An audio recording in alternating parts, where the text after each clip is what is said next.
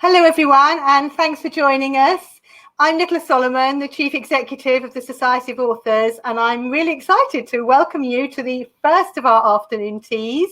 It's a particularly auspicious date to be doing these afternoon teas. First, because it's exactly a month since lockdown, so we're able to reflect on it. Secondly, it's Shakespeare's birthday and death day. And of course, it's a World Book Night tonight as well. So plenty bookish to be talking about.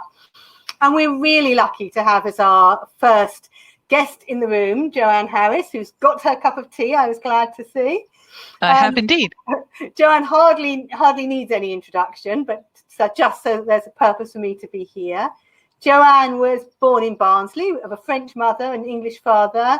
She studied modern and medieval languages at Cambridge. She was a teacher for 15 years, during which time she published 3 novels, including Chocolat, which was 1999, I believe. She's since then done 15 more novels, 2 novellas, 2 collections of short stories, a Doctor Who novella, a guest episode for the game Zombies, libretti for 2 short operas, several screenplays, a bunch of stuff, and 3 cookbooks. And I think it is amazing what you get to do. Your books are now published in over 50 countries, but you're always on top of that, unbelievably generous with your time. You're incredibly passionately involved with authors' rights. You're the current chair of the management committee of the Society of Authors. It's been a huge strength to the staff and everyone else during a very difficult time. You're a member of the board of ALCS, the Authors Licensing and Collecting Society. There is plenty to talk about. Joanne and I are going to chat for about 30 minutes and then have about 15 minutes for questions. People have already sent in some questions, but if you want to submit them during the talk, then just press the chat button and we'll try to get to them at the end. Joanne, do you want to start by giving us a short tour of your workspace and your creative routine? I could try. I mean, at the moment, it's a bit difficult because I'm plugged in from various angles, but I am here in my shed, which some of you already know because you talk to me about my shed all the time on Twitter, and every day the shed, as you know, changes location. Well, this is actually where it is in real time and real space currently. Some of you will know that I fell out of my shed the other day while it was changing shape. But yeah, this is basically my actual workspace where I spend a lot of my time, actually. It's a good place to be. I'm very lucky to have a designated place of my own, quite apart from the fact that, you know, it kind of keeps me away from the toaster if I'm kind of in here. I do have a kettle, you'll have noticed. But yes, I mean, actually, lockdown has been really strange for me because I've never had quite as much time to work in my workspace. It's almost like being a proper author. After 20 years of constantly being on the road and doing stuff, I actually feel that I can come in every day and actually do some writing, which is a bit of a novelty for me because after 15 years as a teacher and writing in my spare time, followed 20 years as a full-time author and also writing in my spare time. So this is new to me. Do you have a normal time for writing? Do you have a normal routine? And have you had to now make a normal routine now that it's not broken up with appearances and being on the road and all those other things you do as a writer? It's kind of the first time I've had the chance to get a routine in some ways. I mean, I've found that there are times of day that I work best at. I like to work in the mornings. So, I mean, nowadays I've got a sort of little routine. It's not hugely complicated. I did swear when I left teaching that I wasn't going to be the slave of routines anymore, but you know, it's once you've been a teacher, it is quite difficult to get away from this idea that you need a timetable. So I get up in the morning, I have a little run while the village is still deserted, and then I come into the shed and do some work. And then in the afternoon, I'll probably end up doing some gardening because I live in a bit of a wilderness at the moment, and so I'm trying to tame it. But yeah, I think that what I've got now is a routine that allows me to do something for work every day and something for my home environment and some cooking. I've never done so much cooking, and also something just for me because I think everybody needs that. And particularly now, it's important that people try to do something just for themselves wherever they are if they can. Actually, just on that subject, I was going to ask you later. I know that your hobbies are listed in Who's Who as mooching, lounging, strutting, strumming, priest baiting, and quiet subversion of the system. Are you still able to indulge in all those hobbies? How do you do that? Well, not so much of the priest baiting, although it was never really that much of a thing. I mean, actually, I get on quite well with priests, but not so much of the strumming, because all our band are in different places. And so Kevin was my husband, who is the drummer, was practicing drums today. And I don't encourage him to do this when we're alone, but he was complaining that we were getting very rusty, which is probably true. We're just going to have to tough it out and get some practicing done when all this is over. And is it more of the mooching? Are you actually having more space to rest, or are you working harder than ever? Well, I think, in some ways I'm actually working more because I have the opportunity to. I don't have a whole load of events set out for me. There is this kind of, I went through my diary and looked at the next 5 months, and every single event has been crossed out. So really, the work is, in some way, it's the escape that I've got, and it's the window I have into other things, as is, of course, the internet and social media, which has always been a kind of water cooler for me anyway. But now it's the way I get to talk to people. Yes, it's just me and Kevin in our big garden, and that's it, really. And in terms of what you're working on, are you prepared to talk to us a bit about what you're working on at the moment? Some authors love this question, some authors hate it. Well, with me, it's always a bit complicated because I'm always working on more than one thing at once. I was supposed to have a paperback release this spring, which has been put off till next spring. And in the kind of gulf created by that, I wrote something that was almost immediately ready for release. I've been giving tips about writing and information about the Writers Live now on Twitter for some years, and I always hashtag it 10 things about something or other, and usually people will come in and they'll ask for something, whether it's editing or dialogue or something like that, and I'll do a kind of mini tutorial. And I've always promised that if I had any time, then I would try to create a kind of little book around it where I would collate it and make it make sense so that people could actually download it. Well, I'm actually doing this now. So I'm just working with a small press called September, which are going to bring it out as an ebook next month, and then as an ordinary print book sometime in December or January. So I've been working on that, and at the moment I'm just copy editing that. I'm also working on another novel, which is called Narrow Door, which is one of my St. Oswald's novels, which are all set in a grammar school in the north of England, entirely unlike any grammar schools I might have taught in the north of England. Try telling some of my ex-pupils this. They all follow me on Twitter, and they all think they're in that book, and of course, they're not. Allegedly. But so I'm working on that. I'm also writing on Ko-fi, which is a kind of little alternative creators platform. I'm working on a kind of fantasy novel, which I'm kind of writing chapter by chapter and posting. I've been doing this for about, maybe 40 weeks now, and there's a new chapter comes out every Sunday.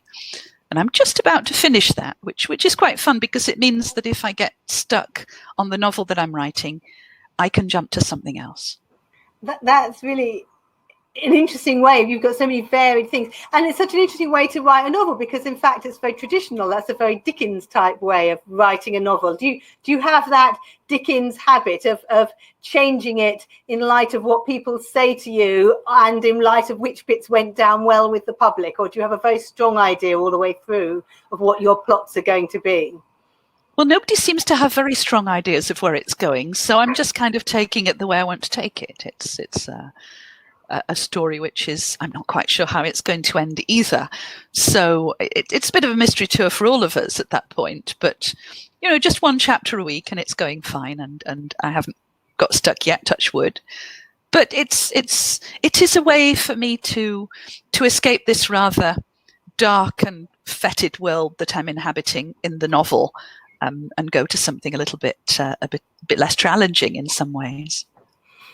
Yes, because quite a lot, you quite often write about quite dark subjects, and also sometimes with your mystery or detective type books, then I did think reading them, oh my goodness, the chair of our management committee is someone so Machiavellian, maybe I should be watching her a bit more carefully. Well, I make things up for a living. That's what I do. But no, I enjoy the challenging area of this. I enjoy looking at human psychology and why people do what they do. And I do enjoy writing villains. I think in some ways villains are more interesting than heroes, because if you go deeply into why somebody is flawed and why somebody does bad things and makes bad choices, you tend to get interesting stories, which is at the heart of everything I do. I'm just interested in people and their motives and their past and how it informs the person they are. So do you write for sustained stretches when you don't look at your social media, or do you jump from one to the other? Do you have particular times? What works? Now that you've got a chance to have a routine, how's that panning out for you? Well, what I find is that I don't have what you would call a particularly sustained attention span. Partly it's because I've never been a full-time writer in any kind of real sense that I understand it. I've always had these moments where I was able to use the time available, but I was constantly skipping to something else. And so I still kind of do this. When I was a teacher, I had set times when it was easier for me to work, but I was constantly in my head plugging away at whatever it was that I was working on. And sometimes I was thinking about things and planning things. And when I was a teacher, what I did was I would work for a while, and then, I might nip into the staff room and make a cup of tea or talk to 2 or 3 people, come back and work again. I still do this, except that Twitter is my staff room. And so I'll go on Twitter for a few minutes, perhaps, if I just need a rest from something, or if I'm looking for a word and it's somehow evading me, or if I just need to reboot, and I'll do that. But I don't tend to spend hours on social media. I'll hop in there, do something, hop off again and do something else. And that seems to work for me. And it gives me the illusion of connection with people, because, living where I do, I don't tend to meet a lot of other authors, and I make friends with people at festivals and things that we do together, and then I don't see them for another year. Whereas on Twitter, you can talk to people, you can interact with them every day if you want to. And so it's a nice thing for people who generally work in solitary, but who have colleagues and friends in the business that they quite like to talk to from time to time. And so it's presumably even more important for this kind of connection at this time when you can't go and meet new people at festivals. Well, that's right, yes. I mean, in some ways, it doesn't feel all that different because I don't live in London, because I live in Yorkshire, because I've always had a certain amount of distancing from the world of publishing and the people who inhabit it. It doesn't feel perhaps as strange to me as it might do to people who live in London all the time and who are used to socializing. Yeah, I don't socialize much, really. I just kind of, if I'm a bit of a hermit, I just tend to sit in the shed if I'm allowed to and just do shed things. So in that way, it's the same. And you don't have to have all those train journeys down to London because we can use these. Well, there is that too. I do have this tendency to, I quite enjoy my train journeys, but mostly it's an excuse to look at people and tweet what they're doing to my various Twitter people. And I tend to write stories when I'm on the train. I'll write stories on Twitter and tweet those. So actually that follows in very well to a question I was going to ask you, which was about inspiration during lockdown, because you say you're not seeing people in the same way. You're not having that same wide number of influences. Are you missing that? Is that feeling difficult for creativity or not?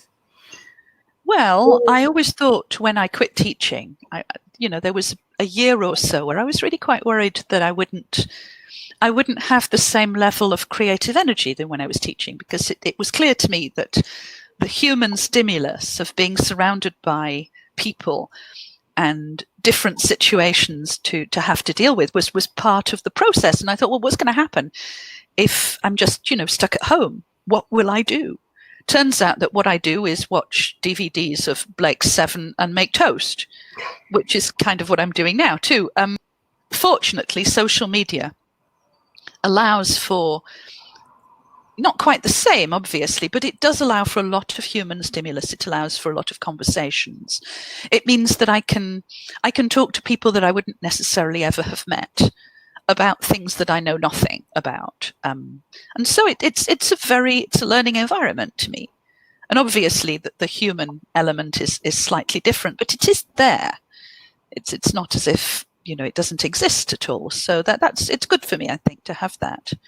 I'd have real difficulty, I think, working if I didn't have daily contact with people and with changing situations. And are there particular things that inspire you, not really in the sense of getting ideas, but in the sense of what's keeping you going during lockdown and what's, quite a difficult time? Well, I think I'm very fortunate to have a garden, and I spend a lot of time in it. I've always been inspired by nature and the outside world. And I'm not really a city person. I wouldn't be happy living in a city. So to me, the ability just to go out and see things, and I'm constantly taking photographs of things in the garden and animals and birds and this kind of thing. And that helps a lot. I think that's part of the process. It doesn't really matter what the weather's like, as long as I'm able to get out. I'm also fortunate in that I have a lot of books and I read a lot, and I'm still reading, although I'm reading slightly differently at the moment. And yeah, I do think that to make art, you do have to consume art. I think, it can't come out if it doesn't go in some form. And so I'm going back to first principles, and I'm looking online at things like curated virtual museum tours and movies, and watching things that I haven't seen, and talking to people I haven't spoken to, and reading books. And all this is helpful. I think all of this is a way of generating creative energy at a time when actually that energy can be quite low. Yes, I think that's really helpful. And I completely agree with you about nature. And I think that's something that's been interesting for those of us who are lucky enough to have gardens is gardens are always moving. So when one can feel in spaces like this that nothing has changed and time hasn't changed. Actually, we went into lockdown in daffodils and they're now the end of the tulips. I think that's an incredibly helpful process. Absolutely. And it gives a sense of connectedness, I think, to the world and to the changing seasons. And I think that's something really important for any kind of creator. And are you prepared to share with us some of the things you're reading at the moment? Well, at the moment, I've gone through a phase of comfort reading. When I'm at all kind of feeling shaky or anything, I will go back and reread things that I love, partly because I get so much new stuff coming to me all the time that sometimes I have to reset, because new books that are sent to me for comment tend to be not all the same exactly, but they tend to be chosen for particular reasons, and I get them for particular reasons. And so there are only so many new books by new authors that I'm able to read without the feeling that I have to get something in between that. And so I am now rereading old favourites. I've just read Donna Tartt's The Secret History again. And I have a whole shelf of very tattered Georgette Heyer books, which I read in the bath, because there are certain things that I can only read in the bath or in bed. And so I'm looking at things that are comforting rather than things that are new and deeply challenging. I will go back to new and challenging at some point, but I'm not hastening to do it right now. I'm also reading quite a lot of non-fiction, which is how I reset my kind of fiction brain. So I'm looking at books about psychology and nature, and I have a little section of kind of popular science books that I haven't read yet, and that now's the time. And it's surprising, because I'm not really a non-fiction person, but it's surprising how much creative stimulus can come out of non-fiction. And I often forget that it's important for me to push the comfort zone a little bit. And so if I don't do it with fiction, I will do it with non-fiction. Yes, I can completely see that. Just going to a wider question about what we think this is going to do, and which is perhaps really in your more chair of the management committee, but other hats. What is this going to mean for writing, and what is this going to mean for the publishing industry? I appreciate this is very early to ask you this question, but do you have thoughts on that? Oh, wow. I wish I knew. I think there are going to be changes. I hope there will be changes for the good. I'm slightly worried about small presses and how they might be struggling. I hope we can do what we can to help small presses out. I mean, this is one of the reasons that I've gone with September for my my self-help book, because it seems like a good idea, a good time to support small presses. I think we can do the same with small bookshops too, with independent bookshops. We can make an effort to try to order from them, at least the ones that are still doing mail order. But I think the publishing industry really needs to look at what it's doing in terms of meeting the needs of readers, because I talk to a lot of readers who feel rather alienated by big publishing, and they're looking at self-published books because they don't feel that what they want is being dealt with in the way that they would like it to be dealt with. I mean, it seems to me that when a niche audience becomes so large that it's taken things into its own hands, it's not niche anymore. It's a need that needs to be met. Yes, and I think that there is a real concern for us about the fact that if publishers have been losing money, then they may go to safe bets after this in order to try and keep their investment going. And that would be such a shame with all the small green shoots of diversity that we have had. And obviously, if what we need to do is create readers, then we need to create a wide range of books for them. And as you say, self-publishing has done that brilliantly. And it would be good if traditional publishing could pick up on that and not lose it. And we'll all need to support yes, and others to do that. Who is your local bookshop, and are they still delivering to you? My local bookshop is a children's bookshop, and they are delivering. I do not have an adult independent bookstore around here that delivers, which is sad. Round here where I come from, there aren't as many independent bookshops as there might be in a more prosperous place. But yeah, you can order. There's a whole list of places online that you can order from, if you need to. Yes. At the moment, my to be read pile is so huge that I promised myself that I'm not actually going to order too much more. But there are some things that I'm making an exception for. Yes, that's really nice to see. And just again, even widening it further, you are a management committee member and the chair of the Society of Authors. Why did you join the Society of Authors? What does it mean to you, and what does it mean particularly in times like this? Well, I joined the SoA years ago, nearly 30 years ago now, because I was told that it was the thing that I ought to be doing by my agent. It took me a very long time to understand that I could actually avail myself of the services that it had offered. And so what I had was, I had an SoA card for quite a long time, but I was a bit nervous of approaching the SoA and asking them for the kind of advice that actually would have helped me enormously if I had asked at the time. And then later, when I became a bit more aware of what was going on and I became more active, I realized that actually, there was a lot that the society could do for me. And then I realized that there were things that I could perhaps do for the society, and so I became a kind of accidental activist in some ways, without having been terribly political in the past. It just seemed to me that there were an awful lot of battles that the SoA were fighting that perhaps needed spokespeople. And so I started almost accidentally looking at things like payments by festivals and fair contracts and copyright and paying creators and this kind of thing, and became involved in this ongoing series of dialogues that we've had about protecting authors' rights. And it seems to me that, given that I've been lucky and that I've done well in this business, it's probably time for me to try and give a little back, and to do what I can to help other authors who might not have quite the same platform, the same kind of level of communication.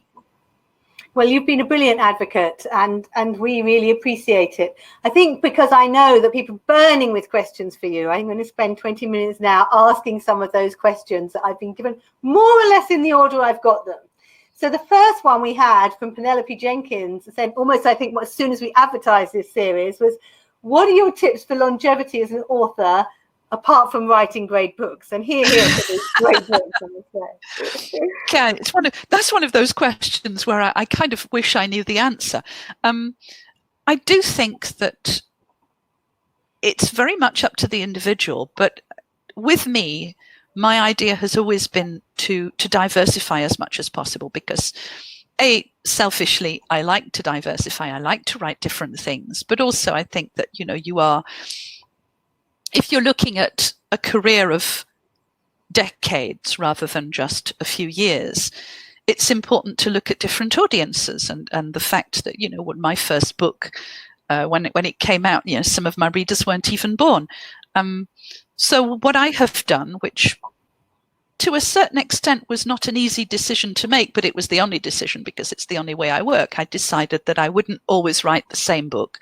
I would try not to be a sort of branded author, and I would write in whatever areas I really wanted to, which meant that I would never be a kind of Lee Child author where you know exactly what you're getting with every single book, and where the audience gets bigger and bigger out of loyalty and knowing what you're going to get.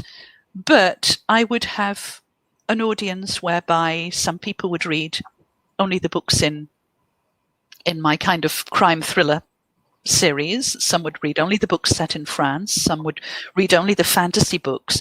And I've been lucky in that I've got a very loyal readership, and quite a lot of them do actually read across the board. And they read not because it's the next book in a series necessarily, but that it's a book that I wrote and they're interested to know what happens, what I've done next. I think, it's not necessarily something that works for everybody.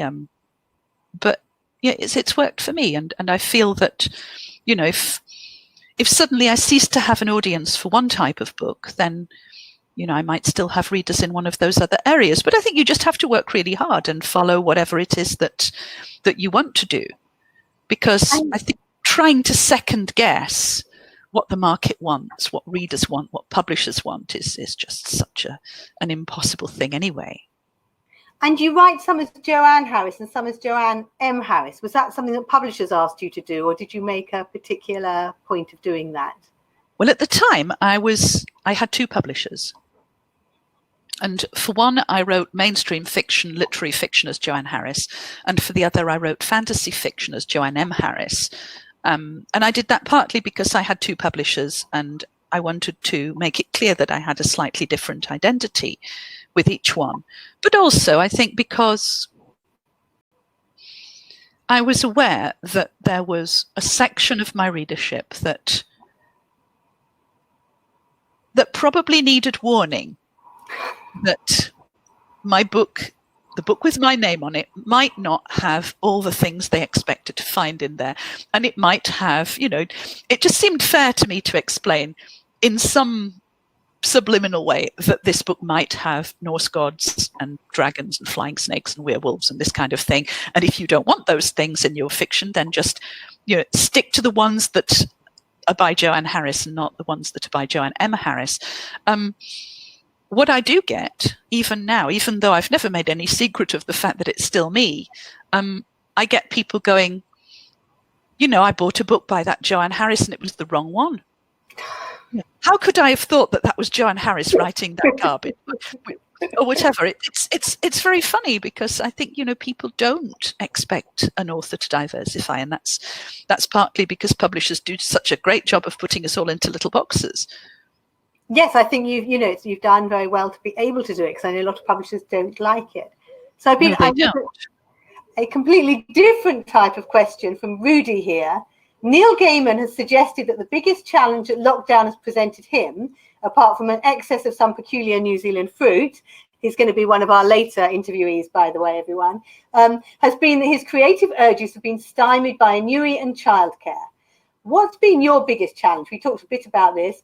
hair management, perhaps. I don't know why. And this person says, asked with an air of manic tedium by someone considering an Amazon purchase of royal blue hair dye. Have you bought any royal blue hair dye, Joanne? No, I have not. But my hair has gone through many phases, including pinkness and length and shortness. And this Christmas I shaved it all off. I might do that again. I honestly don't think that my hair is the thing I'm thinking most about at the moment, fortunately, because I can't really control it and it has a mind of its own.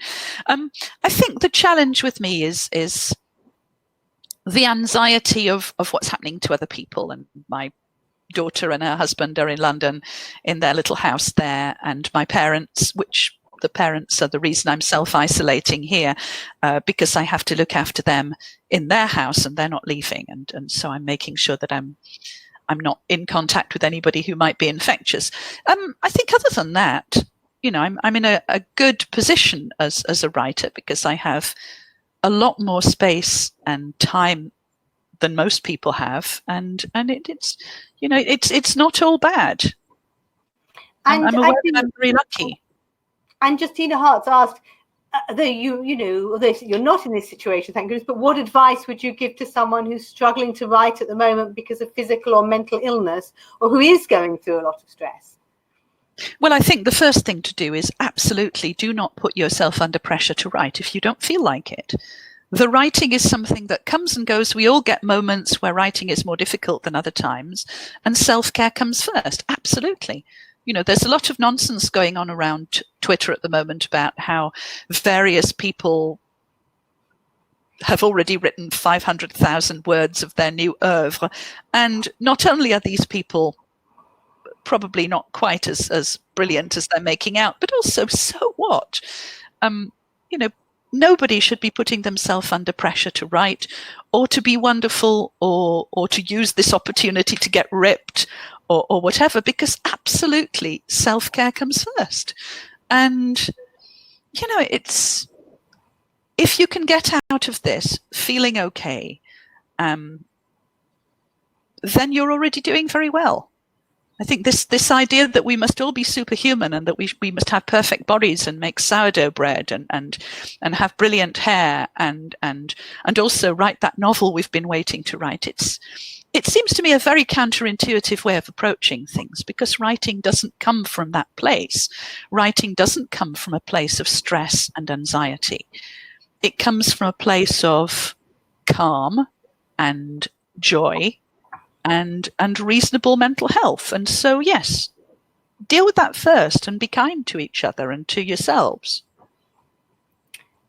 And actually, still on a slightly different part, but leading on from that, one of the things that you and I have been talking about that we are concerned about during lockdown, and where we probably will try to be doing some campaigning as a Society of Authors, is this is a time when it's rife for scammers to be out there who are pretending to be proper publishers and are offering paid for services, and that people should be really, really careful before they enter into any commitments, especially any paid for commitments, because it's just the time when you think, oh, I could write my book and maybe excitedly someone will publish it, who is actually not a real publisher. So that's something I think that you and I are going to be doing a bit more work on as we settle into this. Yes, I've seen an upturn of this. I've heard of people being targeted by scammers and by vanity publishers who are claiming to be able to offer much more than they can actually really offer.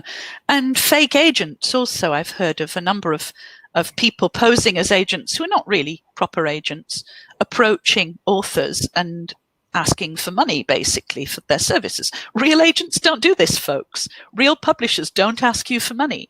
Real agents don't ask you for money either. They get money for you. If they're not going to do that, then they're not the real deal, and you should probably not have anything to do with them. But yes, I think it's a great pity that when so many people are being so generous with their work and their time, and so many authors are trying to raise money for the NHS and other things at a time when actually authors are strapped, the idea that these scammers are coming out and taking advantage is something that really, it's quite upsetting. It is upsetting, and upsetting, as you say, at a time of huge generosity, when we see, for example, the generosity to the Authors Emergency Fund, and also the huge need with the applications we've been looking at, having had now over 700 applications to that fund. It's very concerning to think people might be trying to benefit in such a way from it. There's a question from Katie Hale, also a much more industry question, saying there's been a lot of talk during lockdown about relaxing rights on books, particularly on children's books, for allowing teachers to record themselves reading stories for classes, and also a lot of unpaid digital festivals springing up during lockdown. And how do you think that rights and festival payments might be affected as we move forward? And how do we ensure protection for writers going forward? Oh, this is tricky, and I think we haven't seen the end of it yet. We haven't really seen what this is going to turn into. I think it's great that there are online festivals happening, and obviously there is a need for this, and it's important to have things. I think it would be even nicer if some of them were able to pay the authors. In fact, Paul Blizzard's Lockdown Festival is doing just that. He is actually paying fees to his contributors, which I think is very good. And if he can do it, then I think other festivals should be looking at doing it too, if they can possibly do so. Obviously, it's not quite the same thing. It's not quite the same level of commitment. But I think it's important to understand that the authors who are giving their time are giving their time in lieu of time that they would have been given for pay if they'd been doing a physical appearance somewhere. And some of these authors, particularly people who earn significant amounts of their yearly income from events, obviously these people are losing out. And it would be a good idea, I think, if people looked at this and thought, well, okay, these people are supporting us. How can we help to support them too? Because obviously I know a lot of people who are struggling and who are feeling that it would be nice if they weren't getting quite so many requests to do things for nothing, and if at least the odd person was coming back going, how can I support you?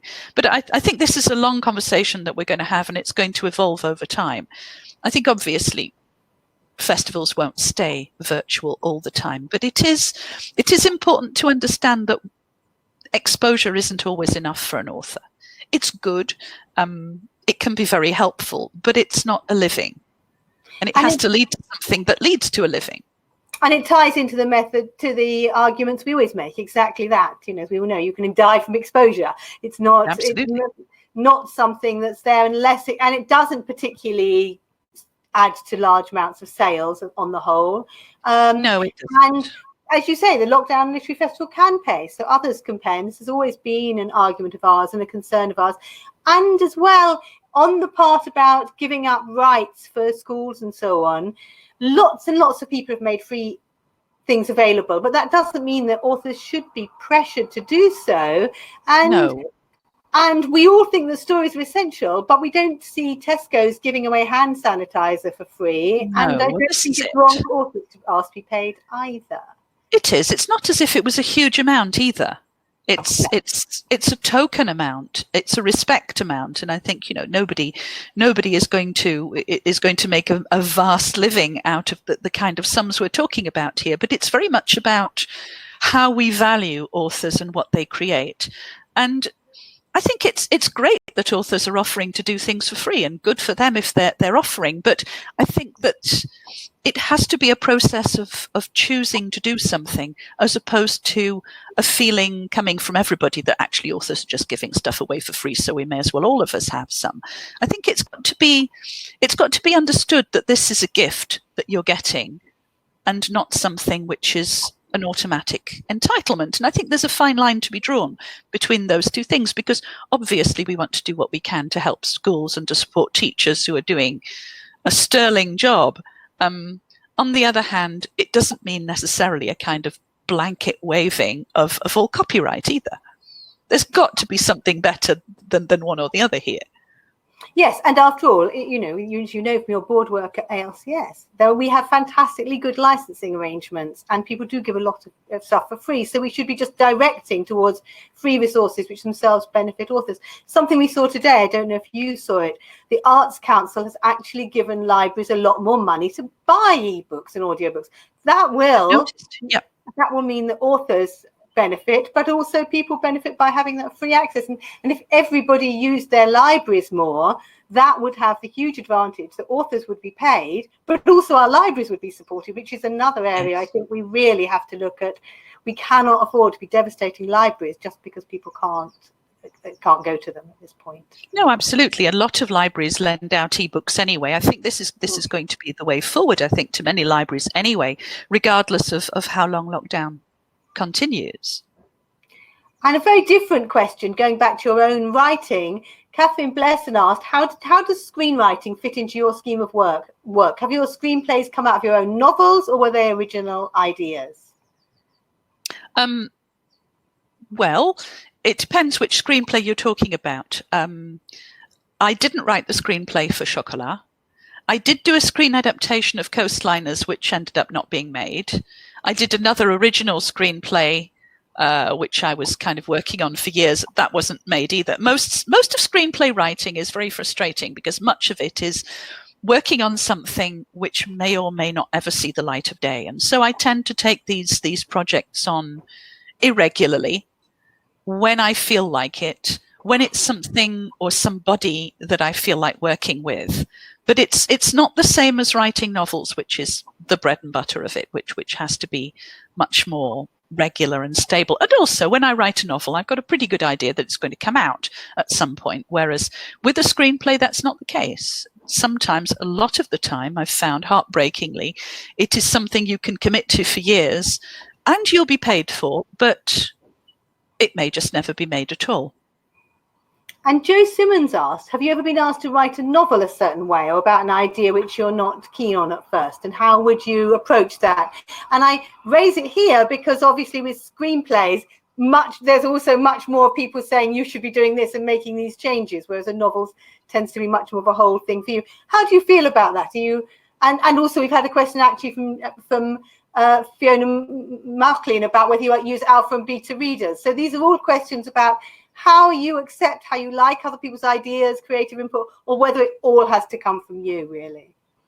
Well, collaborative stuff like screenplays and like the musicals that I've written with various people lately, one with Howard Goodall, they are a very collaborative process.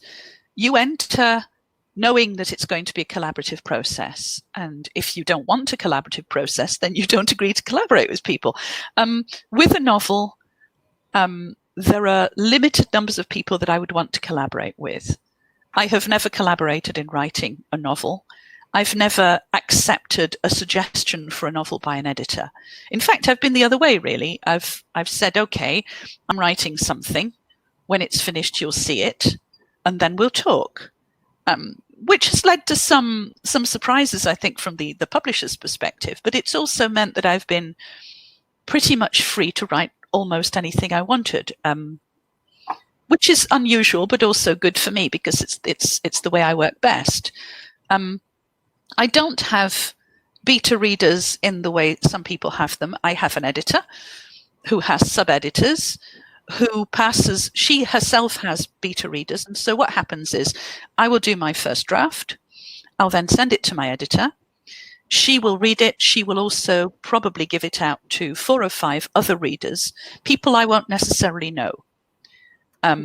She will then bring all that information, all the feedback together, and we'll talk about it. And she'll then send me off and I will do an edit on that. If I were self-publishing, I would be working in a slightly different way. But because I'm traditionally published, these things are kind of already put in place for me to use. And you do, I mean, talking on self-publishing, there's quite a number of questions I'm going to ask quickly about how you self-market, how you publicize yourself and so on. Presumably a lot of that is done by the publishing machine if you're traditionally published, but I know you're also always brilliant on tips about how to do it. And I just wonder if you've got 1 or 2 tips for people. We have literally 2 more minutes, so they'd have to be quick.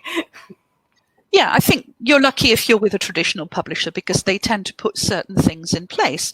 I think even so, though, there is always something that you can do for yourself because publicists don't have an awful lot of time to spend on one particular author. They often have a lot of different authors.